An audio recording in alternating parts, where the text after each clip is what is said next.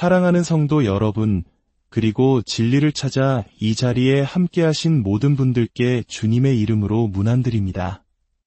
오늘 우리의 마음을 무겁게 하는 고민들, 홀로 감당하기 벅찬 삶의 무게를 잠시 내려놓고 살아계신 하나님의 음성에 귀 기울이는 시간이 되기를 소망합니다. 혹시 이런 생각에 잠 못 이룬 밤이 있으셨나요? 왜 내 삶은 이토록 고단할까? 왜 저 사람의 길은 평탄해 보이는데 나의 길에는 이토록 가시밭길이 많을까? 마음속 깊은 곳에서 울려 퍼지는 이 질문에 대한 주님의 대답을 함께 찾아가려 합니다. 오늘 이 말씀이 여러분의 마음에 큰 위로와 힘이 된다면 주변에 힘들어하는 다른 이들에게도 이 은혜를 나누어 주시길 바랍니다. 하나님의 사랑을 전하는 가장 아름다운 방법일 것입니다. 여러분의 나눔을 통해 더 많은 영혼이 주님의 품으로 돌아오게 되기를 간절히 기도합니다. 우리가 신앙생활을 하면서 가장 쉽게 빠지는 함정이 있습니다. 바로 우리의 시선을 예수님에게서 떼어 다른 사람에게로 돌리는 것입니다. 내가 겪는 고난과 다른 사람이 누리는 축복을 비교하기 시작하는 순간 우리는 우리 각자를 향한 하나님의 위대한 계획을 놓치게 됩니다. 하나님의 나라에서는 인간적인 공평함이라는 잣대가 그대로 적용되지 않습니다. 하나님, 저를 사랑하시고 저 사람도 사랑하신다면 왜 우리를 똑같이 축복해주지 않으시나요? 라고 항의할 수 없습니다. 하나님께서는 분명히 말씀하십니다. 나는 그를 위한 계획이 있고 너를 위한 계획 또한 따로 있단다. 성경은 말합니다. 그리스도 안에서 경건하게 살고자 하는 자는 모두 박해를 받으리라. 시련을 겪고 시험을 통과해야 합니다. 비는 유로운 자에게도 불의한 자에게도 똑같이 내립니다. 이 세상에 사는 동안 우리는 환난을 당할 것입니다. 이것은 변하지 않는 진리입니다. 지금 당장 다른 사람의 삶은 완벽해 보이고 내 삶은 엉망진창인 것처럼 보일지라도 하나님, 저 사람은요? 왜 저는 이 모든 것을 겪어야 합니까? 저는 그럴 자격이 없는데 저 사람의 삶은 모든 것이 축복받고 질서정연하고 완벽해 보입니다. 라고 불평하지 마십시오. 하나님께서는 당신을 위한 놀라운 계획을 가지고 계십니다. 그리고 그 계획이 지금 당장은 다른 사람의 삶에서 보이는 화려한 모습과 다를 수 있습니다. 우리가 한 가지 기억해야 할 것이 있습니다. 때로 우리가 힘든 시기를 겪으며 그림처럼 완벽해 보이는 다른 사람의 삶을 부러워할 때 우리는 그 화려한 커튼 뒤에 무엇이 있는지 알지 못합니다. 그들이 차마 말하지 못하는 어떤 고통을 겪고 있는지, 어쩌면 그들의 삶이 우리가 겪는 것보다 10배는 더 힘든 상황일지도 모른다는 사실을 우리는 결코 알 수 없습니다. 그렇기 때문에 예수님께서는 다른 사람의 삶이 어떤지는 너와 상관없는 일이라고 단호하게 말씀하신 것입니다. 주님은 말씀하십니다. 내가 지금 어디에 있든 내가 너와 함께 있다는 것을 알기 원한다. 그리고 나는 내가 나를 따르기를 원한다. 내가 너를 어디로 인도하든지 그것이 깊은 골짜기일지라도 눈물의 강일지라도 혹독한 시련과 고통의 길일지라도 나를 신뢰하고 따라오너라. 그리고 저 사람은요? 라고 묻는 것을 이제 그만두어라. 그것이 너와 무슨 상관이 있느냐? 너는 나를 따르라. 사도 바울은 고린도후서 10장에서 이렇게 말했습니다. 자기를 다른 사람과 견주거나 비교하는 것은 지혜롭지 못한 일입니다. 하나님께서 다른 사람들과는 다르게 나를 대하시는 것 같다고 해서 하나님께 분노하고 씁쓸한 마음을 품어서는 안 됩니다.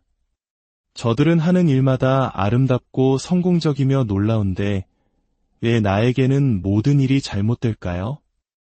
왜 저들에게는 아버지가 있었는데 저에게는 없었나요? 왜 저들에게는 일어나지 않은 끔찍한 일이 저에게는 일어났나요? 왜 저는 저들처럼 보지 못하고 깨닫지 못할까요? 이러한 우리의 원망에 대해 예수님은 가장 엄중한 꾸짖음으로 대답하십니다. 그것이 너와 무슨 상관이 있느냐? 내 이름을 영화롭게 할 너의 삶을 위한 특별한 계획이 내게 있다는 것을 너는 알지 못하느냐? 당신의 삶을 통해 하나님은 영광 받으실 것입니다. 당신은 양들을 먹이라는 부르심을 받았습니다. 다른 사람의 삶이 어떤지는 당신과 상관없습니다. 주님을 따르십시오. 지금 우리가 있는 바로 그곳이 바로 이 순간 우리 삶을 향한 하나님의 뜻입니다. 만약 당신이 암 치료를 받고 있다면 하나님이 당신에게 암을 주셨다고 말하는 것이 아닙니다. 우리는 타락한 세상에 살고 있고 이 세상은 우리의 영원한 본향이 아닙니다. 제가 말씀드리고자 하는 핵심은 이것입니다.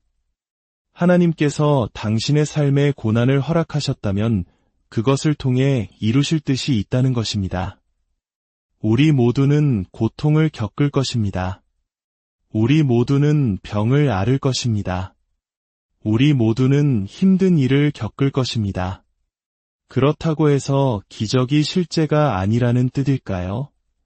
치유가 존재하지 않는다는 뜻일까요? 결코 그렇지 않습니다. 기적은 실제하며 치유 또한 실제합니다. 하지만 어느 시점에서는 우리 모두가 도전에 직면하게 됩니다. 고난 그 자체는 악한 것이 아닙니다. 그것은 잘못된 것도 아닙니다. 우리가 고난을 겪는다고 해서 하나님이 우리를 버리셨다는 의미는 더더욱 아닙니다.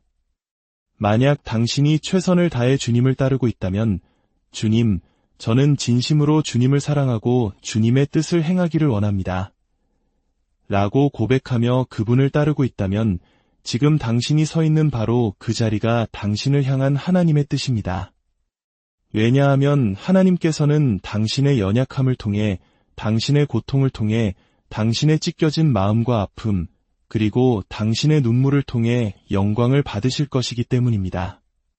시련과 환난 속에서도 삶이 불공평하게 느껴질 때조차도 왜 저들은 저런 일을 겪지 않는 걸까? 라고 묻지 마십시오. 그들에게서 눈을 떼고 다시 주님께로 당신의 시선을 고정하십시오. 우리는 다른 사람의 삶의 커튼 뒤를 결코 엿볼 수 없습니다. 그들에게는 그들만의 사정이 있습니다. 사람은 외모를 보지만 하나님은 우리의 마음 중심을 보십니다. 주님은 말씀하십니다. 그것이 너와 무슨 상관이 있느냐? 내가 그들의 삶에서 무슨 일을 하고 있는지 너는 알지 못하며 내가 너의 삶에서 무슨 일을 하고 있는지도 너는 알지 못한다. 하나님, 제가 모든 옳은 일을 다하고 교회에 출석하고 성경을 읽고 금식하고 기도하고 주님을 사랑하고 예배하는데 왜 저에게 이런 일이 일어나는 겁니까? 우리는 반드시 깨달아야 합니다. 이 성경에 나오는 가장 경건했던 인물들이야말로 우리가 상상할 수 있는 가장 큰 비극과 문제들을 겪었다는 사실을 말입니다. 하나님의 이름을 영화롭게 하고 그분이 원하시는 사람으로 성장하는 과정에서 혹독한 시련과 깊은 골짜기, 그리고 우리의 한계까지 밀어붙이는 극한의 상황을 피하는 것은 불가능합니다. 바로 그 자리에서 우리는 이렇게 고백하게 됩니다. 그가 나를 죽이실지라도 나는 그를 신뢰하리라. 내가 모든 것을 잃는다 해도 나는 변치 않는 하나님의 손을 굳게 붙들리라. 믿음의 가장 위대한 경지는 기적을 체험하는 것이 아닙니다. 그것은 하나님께서 하시는 일을 하나도 이해할 수 없을 때에도 하나님, 저는 당신을 신뢰합니다. 라고 고백하는 것입니다. 제가 왜 이 일을 겪어야 하나요? 여러분이 꼭 암기해야 할 가장 위대한 성경 구절 중 하나는 신명기 29장 29절입니다.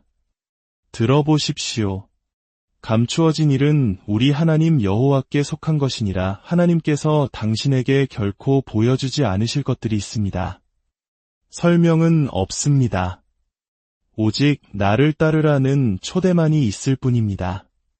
하지만 하나님, 왜요? 이 일 뒤에 숨겨진 비밀을 보여주세요. 왜 그 끔찍한 교통사고로 제 가족이 죽어야 했는지 그 목적을 보여주세요. 왜 이 일이 일어나도록 허락하셨는지 이유를 알려주세요. 욥은 라는 질문을 181번이나 던졌습니다. 하지만 하나님은 단 한 번도 그에게 직접적인 설명을 해주시지 않았습니다. 그저 말씀하셨습니다. 나를 따르라. 나는 내가 무엇을 하고 있는지 알고 있다. 그리고 욥의 이야기는 오늘날 우리 모두에게 깊은 위로를 줍니다. 그의 고난을 통해 하나님은 영광을 받으셨습니다. 우리는 끊임없이 비교합니다. 저 가정을 보고 우리 가정을 봅니다. 어쩌면 당신의 가정에는 너무나 위대한 운명이 걸려 있어서 악한 영들이 특별한 관심을 기울이는 것일지도 모릅니다. 당신의 후손들에게는 대대로 마귀를 내쫓을 수 있는 강력한 믿음의 씨앗이 심겨져 있기 때문일 수 있습니다. 때때로 원수는 당신의 가정을 파괴하기 위해 온갖 수단을 동원합니다. 만약 그대로 두면 하나님께서 당신의 가정을 위대하게 사용하실 것을 직감하기 때문입니다. 바로 그럴 때 우리는 결심해야 합니다. 나는 다른 사람에게서 눈을 떼겠다. 나는 오직 주님께 내 시선을 고정하리라. 그분이 내게 약속하신 것을 나는 알고 있다. 그분이 내게 보여주신 것을 나는 기억한다. 나는 반드시 살아서 이 땅에서 여호와의 선하심을 보게 될 것이다. 오래전 제가 젊은 목회자였을 때 좌절감에 빠져 있던 때가 있었습니다. 어느 토요일 저는 완전히 지쳐 있었습니다. 하나님의 음성은 들리지 않았고 두려움에 휩싸여 제가 무엇을 하고 있는지조차 알 수 없었습니다. 교회에는 여러 문제들이 산적해 있었습니다. 저는 스스로를 채찍질하고 자책하며 소리쳤습니다. 나는 얼마나 자격이 없는가. 나도 저 사람처럼 될 수 있다면, 저들처럼 축복받을 수 있다면 얼마나 좋을까. 우리는 악한 영들과 싸우며 분투하고 있는데 바로 그 순간 주님께서 제 사무실에 임재하셨습니다. 그리고 제게 이 말씀을 기록하라고 하셨습니다. 저는 순종하여 받아 적었습니다. 내가 너를 선택한 이유는 바로 너이기 때문이다. 사랑하는 여러분, 주님은 당신을 선택하셨습니다. 다른 누구와도 비교할 수 없는 세상에 단 하나뿐인 당신의 모습 그대로를 사랑하시고 선택하셨습니다. 다른 사람의 길이 아닌 당신만을 위해 예비된 그 길을 묵묵히 걸어가십시오. 당신의 시선을 오직 주님께 고정하십시오. 오늘 이 말씀을 듣는 모든 분들의 삶에 비교의 고통이 사라지고 오직 주님만이 주시는 참된 평안과 위로가 가득하기를 우리 주 예수 그리스도의 이름으로 간절히 축원합니다.